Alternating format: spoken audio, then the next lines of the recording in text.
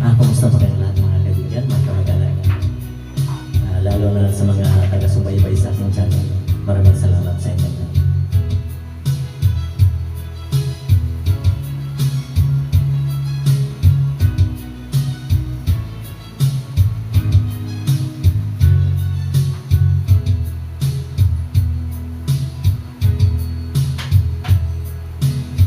Una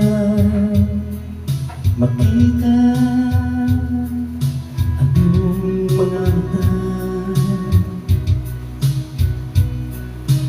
ako'y nalikha nila sa iyong ganda.